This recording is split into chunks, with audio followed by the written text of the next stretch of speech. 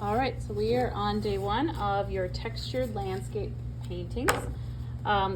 Remember, we are considering the 3 layers: foreground, middle ground, and background. This is my little sketch that I've done here. Remember, it doesn't necessarily have to be a landscape, as in including only trees, bushes, houses, mountains. It can also include, figures or animals, as long as you have your 3 layers.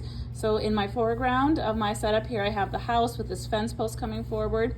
In the middle ground, I have the ocean along with the palm trees. Those are both kind of in the middle ground there. And then I have the distant background of the sky and this big moon or sun kind of shape.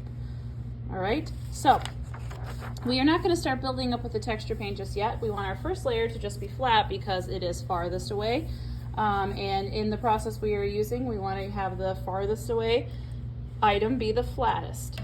I'm going to be using the simple palette for the sky. I just have some blue with white, and I've added a little bit of yellow. I like to kind of just dot that into my clouds to just get a little bit of a warmth in there.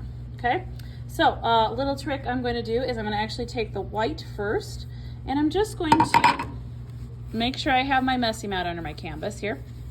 And I'm just going to start painting horizontally using the chip brush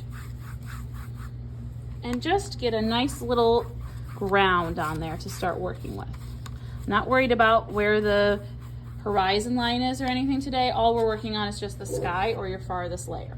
Okay? Now, while that is still wet, I'm going to go right in there and I'm going to start working in a little bit of that blue.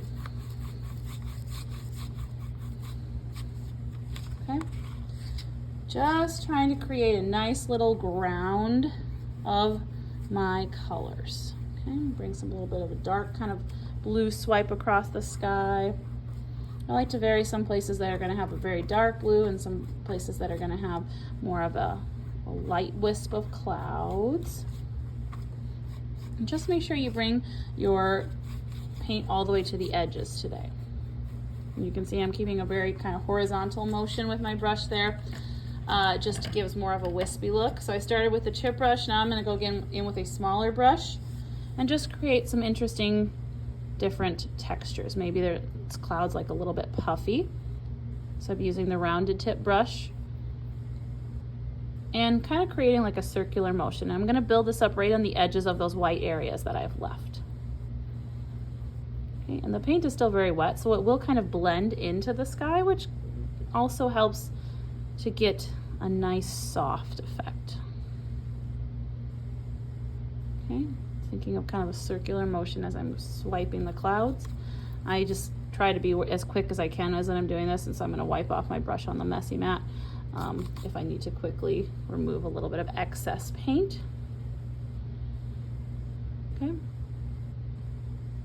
Now, I'm going to very, very, very gently, like not hardly any at all, touch in just a few little bit of, I've mixed my yellow with white, so it's barely yellow. It's going to be almost more white, if anything, maybe an off-white, but it's just nice to kind of add a little bit of warmth to what is otherwise just this blue and white tinted sky. So I've just made a very, very, very light yellow over there. And I'm just going to lightly tuft it into some cloud places. It's just going to create a little bit of interest and variety and give us some nice changes of color here. Very simple color palette for the sky. Now you can certainly follow exactly as I'm doing this here, or if you want some different colors, that's of course up to you, but just a good little starter.